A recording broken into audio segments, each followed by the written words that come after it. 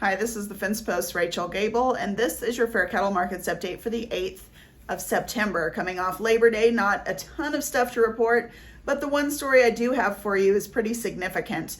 BSE has been detected in Brazil. NCBA's CEO, Colin Woodall, issued a statement. It was 2 atypical cases of BSE, which of course is bovine spongiform encephalopathy, and it was detected in Brazil.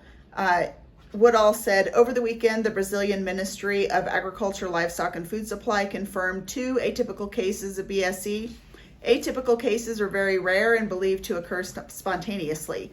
These cases occurred outside the U.S. and do not pose a risk to American consumers. U.S. beef is safe. Woodall went on to say, given Brazil's history of failing to report BSE cases in a timely manner, we must remain vigilant in enforcing our safeguards and holding Brazil accountable. The U.S. has the highest animal health and food safety standards in the world. We must make sure that all countries wishing to export beef to the U.S. continue to meet our standards, even a country with a small footprint like Brazil. We have full faith and confidence in the abilities of the USDA and Office of the U.S. Trade Representative to enforce our safety standards and trade rules to protect America's cattle producers and consumers. The statement went on to say that NCBA encourages the USDA to examine Brazil and to continue implementing science-based safeguards that ensure all imported beef meets the same rigorous science-based food safety and animal health standards as American beef.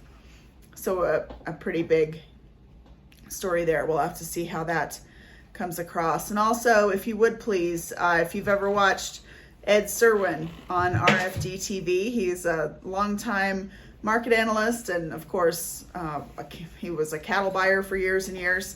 He could use some prayers for recovery. He said his ALS is causing him some problems, and he fell and hit his head on the desk, had a head injury with staples. His neck is sore, but Ed said, thank God it is not broken, and he finally got a motorized wheelchair. So Ed puts out a lot of content for his friends in ag media that he's worked with for years and years, and certainly if you would add Ed Serwin to your prayer list, I'm sure he would appreciate that.